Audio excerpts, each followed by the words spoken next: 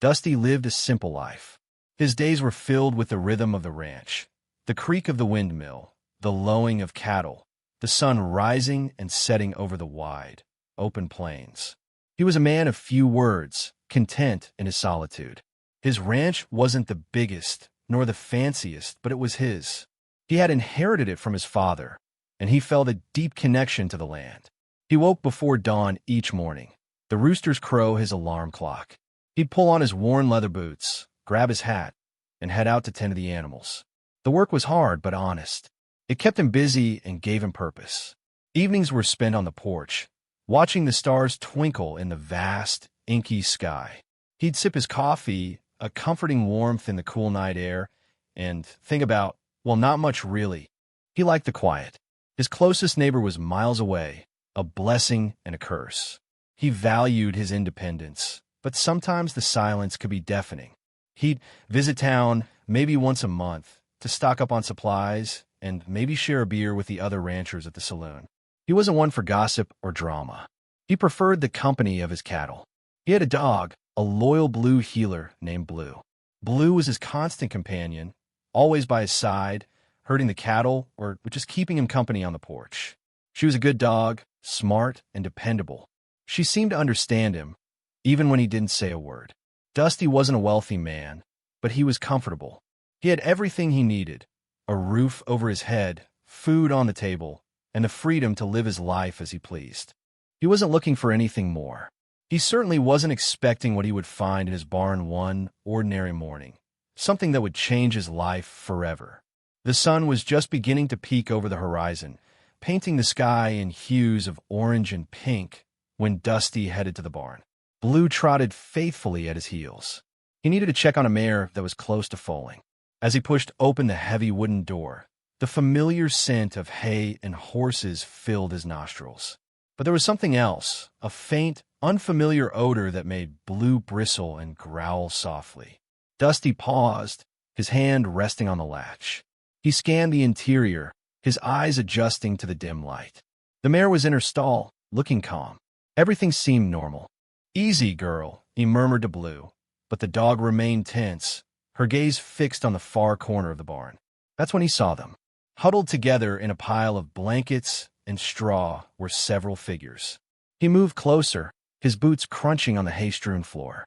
As he drew nearer, he realized they were children, 7 of them, ranging in age from toddlers to teenagers, all fast asleep.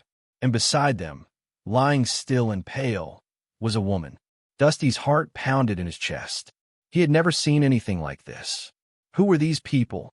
What were they doing in his barn? He knelt beside the woman, gently touching her shoulder. She stirred slightly, moaning softly. Her face was bruised and scratched, her clothes torn and dirty.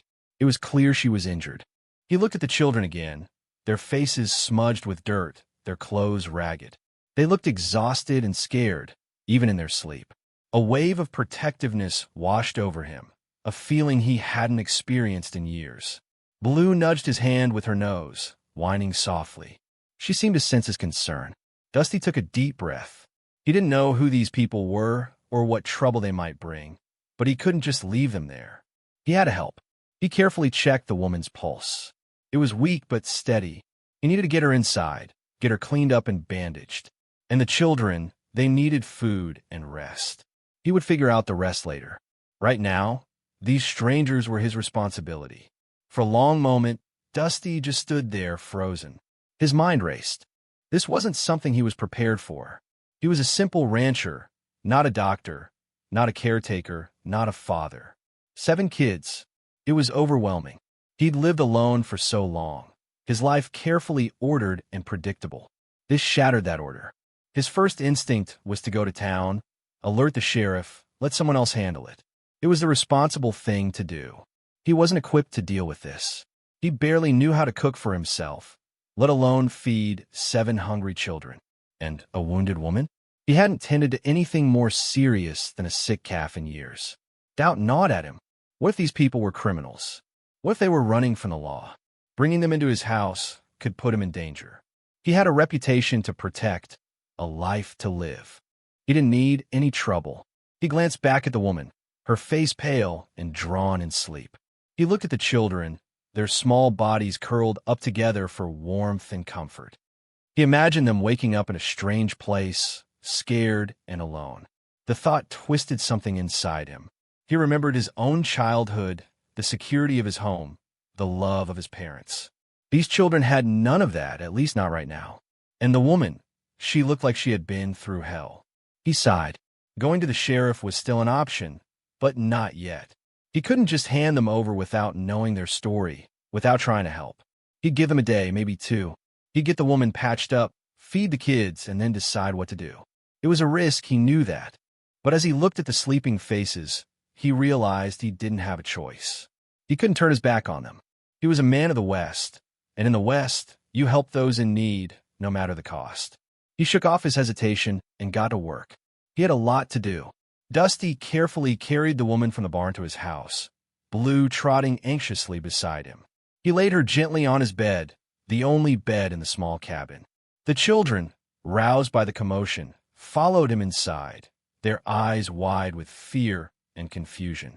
He tried to offer them a reassuring smile, but he wasn't sure he succeeded. He started a fire in the stove, the warmth slowly filling the room. Then, he set about cleaning the woman's wounds. He'd seen enough scrapes and bruises on the ranch to know the basics. He cleaned her cuts with water and bandaged them with clean cloth. The woman moaned softly but didn't wake. Meanwhile, the children huddled together in a corner, watching him with wary eyes. The oldest, a girl who looked to be about 13, held a smaller child tightly in her arms. Dusty rummaged through his pantry, finding some dried beans, flour, and a bit of bacon. He started a pot of beans cooking on the stove, the aroma slowly filling the cabin, a comforting smell that seemed to ease the children's tension. It wasn't until the next morning that the woman finally woke up. She stared at him with confusion, her eyes filled with pain and fear. Dusty offered her a cup of coffee, his gruff voice gentle as he said, "Easy there, ma'am. You're safe now." Slowly, haltingly, she began to tell her story. Her name was Sarah. She and her children were traveling west, hoping to start a new life. But they were attacked by bandits who stole everything they had and left her for dead. She managed to escape with her children and stumbled upon his barn, desperate for shelter. As she spoke, tears streamed down her face. Dusty listened patiently, his heart aching for her and her children. He learned their names. Mary, the oldest girl, little Sam, quiet Lily, mischievous Tom, baby Rose, and twins, Jack and Jill. They had lost everything, but they still had each other. Dusty realized then that he couldn't just let them go. He had to help them rebuild their lives, even if it meant turning his own life upside down. He didn't know how, but he would figure it out. He owed it to them. And maybe, just maybe, they owed something to him too. A purpose, a reason to keep going. The days that followed were a whirlwind of activity. Sarah slowly regained her strength, though the memories of the attack haunted her dreams. Dusty, despite his initial reservations, found himself falling into a routine. He taught Mary how to milk the cow, and soon she was helping him with the chores around the ranch. The younger children followed him everywhere, their small hands reaching for his. Tom, the mischievous one, was always getting into trouble, climbing trees, chasing chickens, and generally making a nuisance of himself. But Dusty found himself laughing at Tom's antics, a sound he hadn't heard himself make in years. Lily, quiet and shy, would sit beside Sarah, helping her mend clothes and telling her stories. Sam, a thoughtful boy, would often ask Dusty questions about the ranch, about the animals, about the stars. Dusty enjoyed sharing his knowledge with the boy, watching his eyes light up with curiosity. Even the twins, Jack and Jill, who were usually inseparable, started to explore on their own, discovering the wonders of the ranch. Dusty found himself looking forward to the evenings, when they would all gather around the fire, sharing stories and laughter. Sarah would sing songs, her voice soft and sweet, and the children would join in, their voices filling the small cabin with joy. He would watch them, a warmth spreading through his chest, a feeling he hadn't known he was missing. Blue, too, seemed to enjoy the company. She would patiently endure the children's clumsy petting, her tail wagging gently. She became their protector, always watching over them, making sure they were safe. Dusty realized that these children weren't just strangers he had taken in. They were becoming his family. He was teaching them about ranching, about hard work, about the importance of honesty and kindness. And they were teaching him about love, about laughter, about the importance of connection. He was no longer a solitary rancher. He was a father figure, a protector, a friend. And he wouldn't trade it for anything. He had never felt more alive, more complete. Dusty's increased trips to town didn't go unnoticed. He needed supplies, flour, sugar, beans, cloth, things he wouldn't normally buy in such quantities.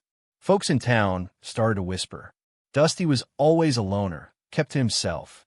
Now, he was practically a regular and always buying enough food to feed an army. The first whispers were curious, then speculative, and finally, suspicious. What's Dusty up to, they wondered. Some said he'd struck gold and was planning a big celebration. Others, more cynical, suggested he was hoarding supplies, expecting hard times ahead. But the rumors really took off when someone saw Mary, the oldest girl, in town with Dusty. Gossip spread like wildfire. A woman and a whole passel of kids living out at Dusty's ranch? Unheard of. Some folks, like Mabel at the general store, were sympathetic. She knew Dusty was a good man, deep down. He's just helping those poor souls, she'd say, but her voice was drowned out by the louder voices. Others weren't so charitable. Old Man Hemlock, who held a grudge against Dusty's father for a land dispute decades ago, was the most vocal. He's probably up to no good, he'd grumble. Harboring criminals, most likely. Mark my words, something bad's going to come of this. Sheriff Brody, a fair man but also a pragmatist, heard the rumors too. He knew Dusty well enough to know he wasn't a troublemaker. But he also knew that unchecked gossip could lead to unrest. He decided to pay Dusty a visit just to check things out. When he rode up to the ranch, he found Dusty teaching the children how to mend fences. Sarah was hanging laundry on the line, a smile on her face. It looked like a normal family scene, peaceful and ordinary. But Sheriff Brody knew that appearances could be deceiving. He dismounted his horse and approached Dusty, his hand resting on his gun. "Dusty," he said, his voice calm but firm. "We need to talk." The children stopped their work and stared at the sheriff, their eyes wide with apprehension. The peaceful atmosphere suddenly turned tense, filled with unspoken questions and growing unease. The outside world, with its suspicion and judgment, had finally arrived at Dusty's doorstep. Dusty explained everything to Sheriff Brody, telling him Sarah's story about the bandits and how he was just trying to help. Brody listened intently, his expression unreadable. He asked Sarah questions, confirming her story. He looked at the children, their faces clean and their clothes mended, and he saw the genuine gratitude in their eyes. "I understand, Dusty," Brody said finally, "but you know how folks are. They get scared of what they don't understand. Just try to keep a low profile, all right? And if you need anything, you let me know." Dusty nodded, relieved. He appreciated Brody's understanding, but he knew the sheriff's visit was a warning. The peace he had found was fragile, and it could be shattered at any moment. A few days later, as Dusty and the children were working in the fields, a group of men rode up to the ranch. They were rough-looking characters, their faces scarred and their eyes cold. They were armed to the teeth, and their leader, a man with a cruel smile and a scar across his cheek, looked familiar. "We're looking for a woman and some kids," the leader said, his voice menacing. "Heard they might be hiding out around here." Dusty stepped forward, his face grim. "There's no one here by that description," he said, his voice firm. The leader laughed, a harsh, unpleasant sound. "Don't lie to me, old man. We know they're here. Now, hand them over, and we'll be on our way." Dusty stood his ground, his eyes fixed on the leader. He knew these were the bandits Sarah had told him about. They had come back to finish what they started. He looked back at Sarah and the children, who were huddled together, their faces pale with fear. He knew he couldn't let these men hurt them. He had made a promise to protect them, and he intended to keep it, no matter the cost. "You'll have to go through me first," Dusty said, his hand instinctively reaching for the rifle leaning against the fence. The air crackled with tension. The peaceful days were over. The storm had arrived. The bandit leader sneered. "You're making a mistake, old man. We don't want to hurt you. Just give us the woman and the kids, and we'll leave you in peace." Dusty cocked his rifle, the sound echoing in the tense silence. "I said, you'll have to go through me first." The leader's eyes narrowed. He nodded to his men, and they spread out, surrounding Dusty and the family. Sarah grabbed the children, pulling them behind her, her face a mask of terror. Blue, sensing the danger, bared her teeth and growled, positioning herself between the children and the bandits. "All right, old-timer," the leader said, his voice dripping with menace. "You asked for it." He drew his gun, and the other bandits followed suit. But before they could fire, Dusty moved with surprising speed. He raised his rifle and fired a shot, hitting the leader's gun hand. The leader cried out in pain, dropping his weapon. Dusty fired again, hitting another bandit in the leg. The bandits, momentarily stunned, hesitated. Dusty used the opportunity to his advantage. He grabbed Sarah and the children, pushing them towards the house. "Get inside," he shouted. "Bar the door." He turned back to face the bandits, his rifle raised and ready. He knew he was outnumbered, but he wasn't afraid. He had faced worse odds before. He had a family to protect now, and he would do whatever it took to keep them safe. The bandits charged, firing their guns. Bullets whizzed past Dusty's head. He ducked behind a wagon, returning fire. He was a good shot, honed by years of hunting on the ranch. He hit another bandit, sending him sprawling to the ground. The shootout continued, the air filled with the sound of gunfire and the screams of the children. Dusty fought with a ferocity he didn't know he possessed. He was no longer the quiet, solitary rancher. He was a protector, a warrior, a force to be reckoned with. And he was just getting started. He knew somehow he would win. The bandits had made a grave mistake messing with his family. Now, they were going to pay. As the shootout raged on, something flickered in the bandit leader's eyes. Recognition. He squinted at Dusty, his brow furrowed. "Wait a minute," he yelled over the gunfire. "I know you. You're Dusty Quickdraw Bartlett." The other bandits stopped firing, their mouths agape. The name hung in the air, heavy with unspoken meaning. Dusty Quickdraw Bartlett. It was a name whispered in hushed tones in saloons and around campfires. A name synonymous with justice, with courage, with deadly accuracy. Dusty ignored the leader's revelation, continuing to fire with relentless precision. But the leader's words had an effect. The bandits, who had been so confident just moments before, now seemed hesitant, unsure. They had come expecting to face a harmless old rancher, not a legendary lawman. Sarah, who had been huddled with the children inside the house, peeked through a crack in the door. She couldn't believe what she was hearing. Dusty? A famous lawman? It didn't seem possible. This quiet, unassuming man, who had shown her and her children such kindness, was actually a legend. The bandit leader, despite his injured hand, pressed his advantage. "That's right," he shouted. "Dusty Quickdraw Bartlett, the man who cleaned up Dodge City, the man who brought down the Blackwood gang. You think you can beat him? You're fools."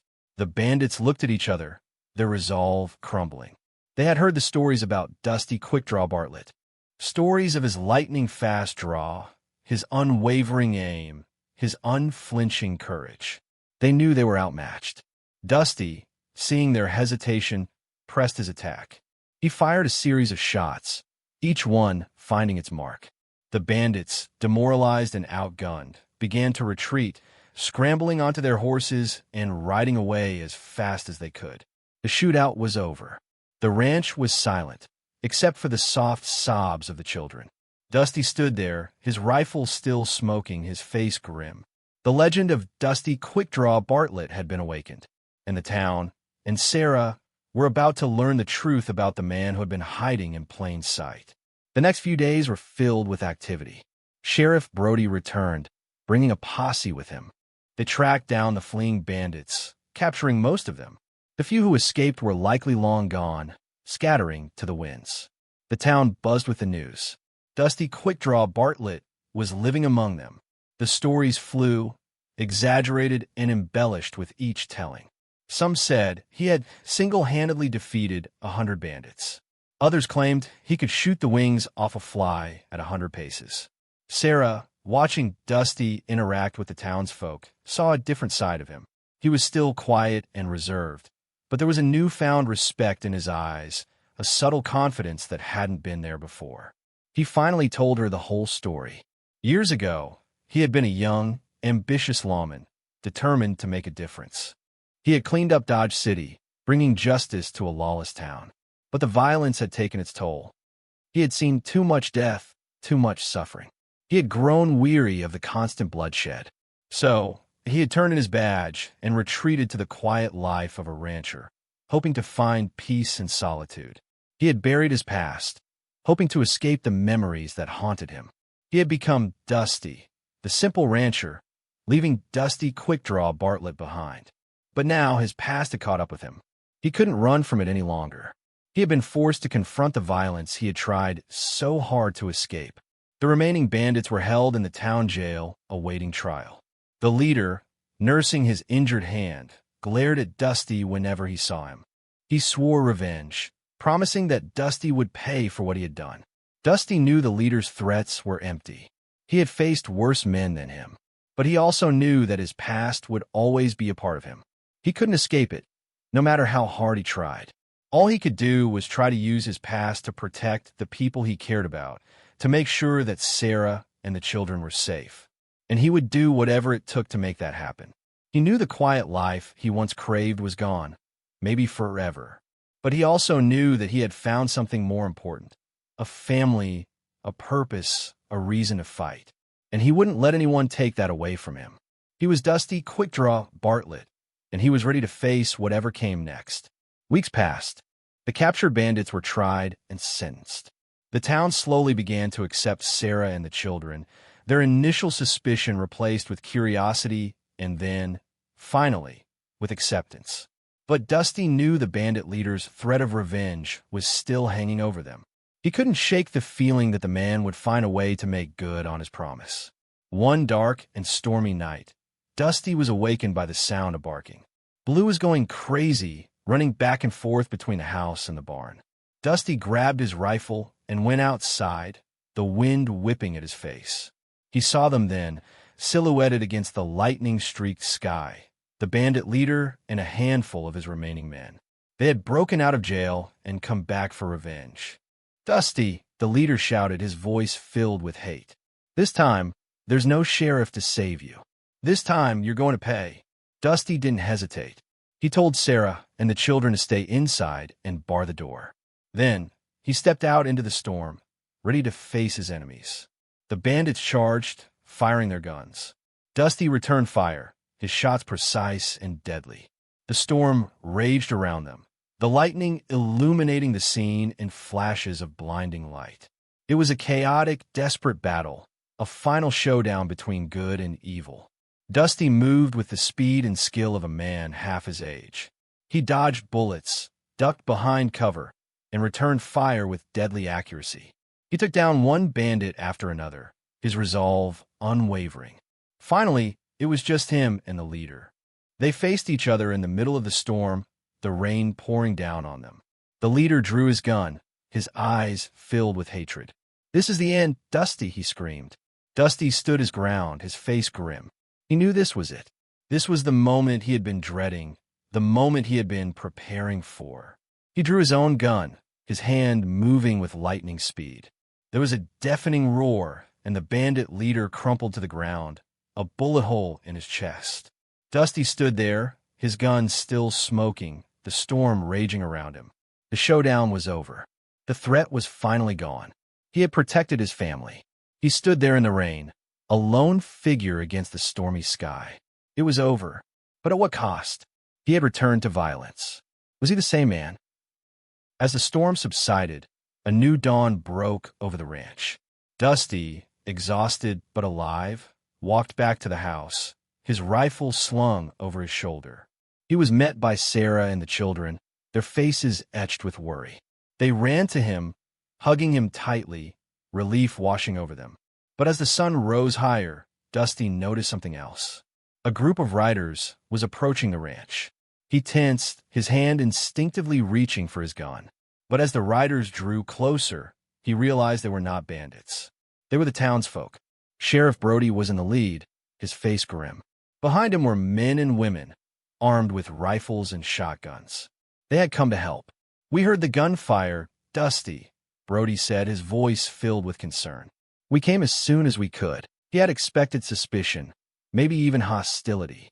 He had never expected support. "We know what you did, Dusty," Mabel from the general store said, her voice trembling. "You protected those children. You protected Sarah. You protected all of us." Old Man Hemlock, who had been so critical of Dusty in the past, stepped forward. "I was wrong about you, Dusty," he said, his voice surprisingly gentle. "You're a good man, a brave man." The other townsfolk nodded in agreement. They had seen Dusty's courage, his selflessness, his unwavering determination to protect those in need. They had judged him based on rumors and gossip, but now they knew the truth. He was one of them. They helped Dusty bury the dead bandits, their faces somber. They helped him repair the damage to the ranch, their hands working side by side.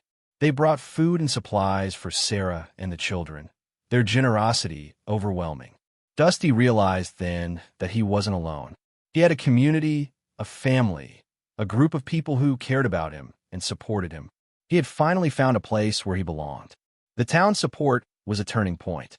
It showed Dusty that even after all the violence, even after all the hardship, there was still good in the world. And it gave him hope for the future. He was no longer just Dusty Quickdraw Bartlett, the former lawman. He was Dusty, the rancher, the protector, the friend, the father figure. And he was finally home.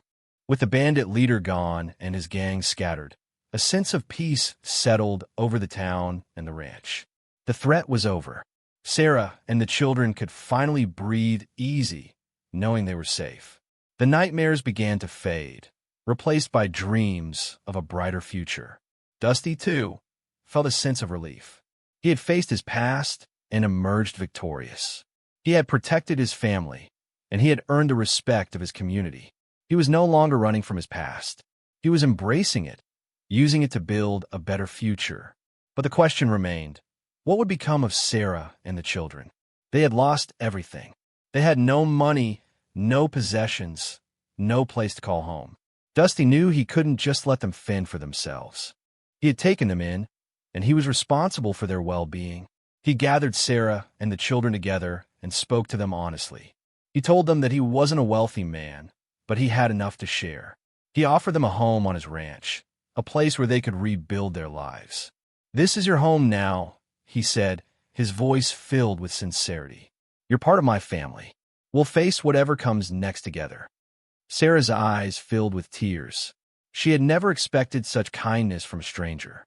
She had lost so much, but she had also gained something invaluable: a home, a family, a protector. The children cheered, their faces beaming with joy.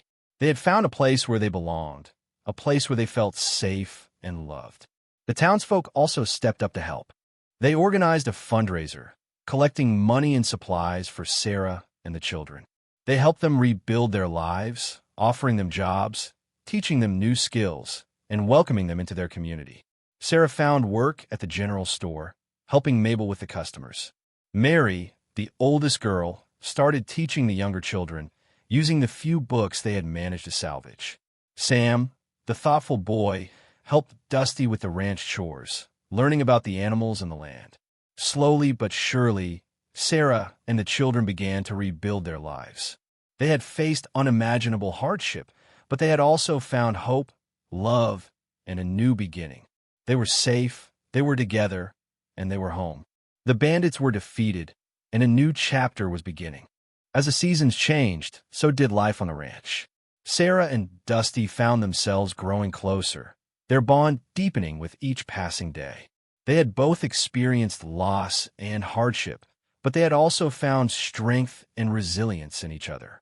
Dusty admired Sarah's courage, her unwavering love for her children, and her determination to create a better life for them. Sarah admired Dusty's kindness, his strength, and his willingness to open his heart and his home to her and her family. One evening, as they sat on the porch watching the sunset, Dusty took Sarah's hand in his. "Sarah," he said, his voice filled with emotion. "I know this is sudden, but I can't imagine my life without you and the children. Will you marry me?" Sarah's eyes filled with tears. She had never expected to find love again, especially not in a place like this. But she knew in her heart that Dusty was the man she was meant to be with. "Yes, Dusty," she said, her voice trembling. "I will marry you." The children cheered, their faces beaming with joy. They loved Dusty, and they couldn't wait for him to officially become their father. The wedding was a simple affair, held on the ranch with all the townsfolk in attendance. Sheriff Brody officiated the ceremony, his voice filled with warmth and sincerity. Mabel from the general store baked the cake, a towering confection decorated with wildflowers. Old Man Hemlock played the fiddle, his music filling the air with joy. As Dusty and Sarah exchanged vows, the children gathered around them, their faces shining with love and happiness. It was a moment of pure joy, a celebration of love, family, and new beginnings. After the ceremony, the townsfolk gathered for a celebration, sharing food, laughter, and stories. Dusty and Sarah danced under the stars, their hearts filled with gratitude and love. They had both found a new start, a new life, a new family. They had faced unimaginable hardship, but they had also discovered the power of love, kindness, and community. They were finally home, together. The future was uncertain, but they were ready to face it, hand in hand, with their family by their side. Dusty had started out as a solitary rancher, content with his simple life. Now he was a husband, a father, a member of a thriving community. He had found love, purpose, and a reason to fight, and he wouldn't trade it for anything. Years passed, and the ranch prospered. Dusty and Sarah worked side by side, their love growing stronger with each passing day. The children thrived, growing into strong, kind, and responsible young adults. Mary, the oldest, became a teacher, inspiring young minds with her passion for learning. Sam, the thoughtful boy, followed in Dusty's footsteps, becoming a skilled rancher and a pillar of the community. Lily, the quiet one, discovered a talent for art, creating beautiful paintings that captured the essence of the West. Tom, the mischievous one, channeled his energy into helping others, becoming a volunteer firefighter and a local hero. The twins, Jack and Jill, were inseparable, working together to build a successful business in town. And Rose, the baby, grew into a beautiful young woman, full of life and laughter. Dusty watched them all with pride, his heart overflowing with love. He had never imagined that his life would turn out this way. He had been a solitary rancher, content with his solitude. But now, he had a family, a purpose, and a reason to live. He had found love in the most unexpected place, with a woman who had shown him the true meaning of strength and resilience. He had found a ready-made family, children who had filled his life with joy and laughter. He had found a community that had embraced him and supported him, accepting him for who he was. He often thought back to that day when he had found Sarah and the children sleeping in his barn. It was a day that had changed his life forever. It was a day that had brought him love, family, and a new beginning. He was no longer Dusty Quickdraw Bartlett, the former lawman. He was Dusty, the husband, the father, the rancher, the friend. He was a man who had found love and happiness in the most unexpected place, and he was grateful for every moment. He knew that life wouldn't always be easy.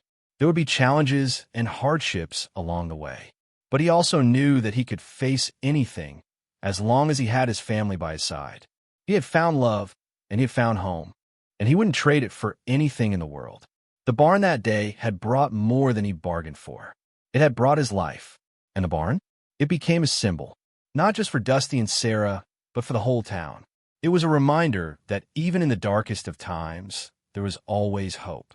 It was a testament to the power of kindness, compassion, and second chances. The townsfolk started calling it Dusty's Barn of Miracles. They told stories about it, sharing tales of the injured woman and the 7 children who had found refuge there.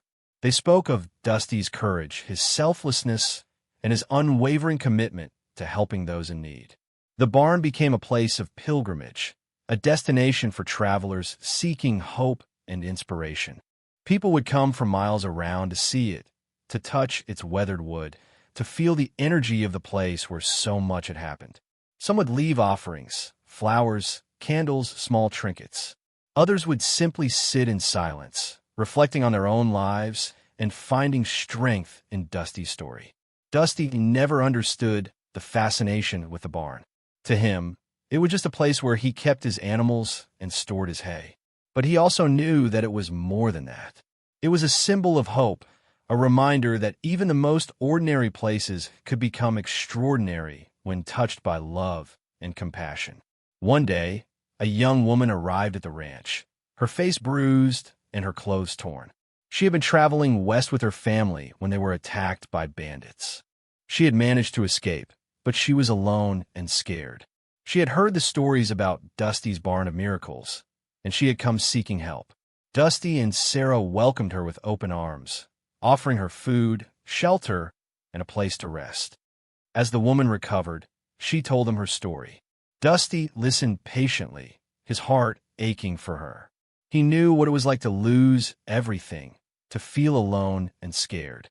He offered her a home on his ranch, a place where she could rebuild her life. The woman accepted his offer, her eyes filled with gratitude. And so the cycle continued. Dusty's barn became a haven for those in need, a place where they could find hope, love, and a second chance. It was a symbol of the power of kindness, a testament to the resilience of the human spirit. And it all started with a quiet rancher who found an injured woman and 7 children sleeping in his barn. What he did next shocked the whole town, but it ultimately changed it for the better, one act of kindness at a time. The end.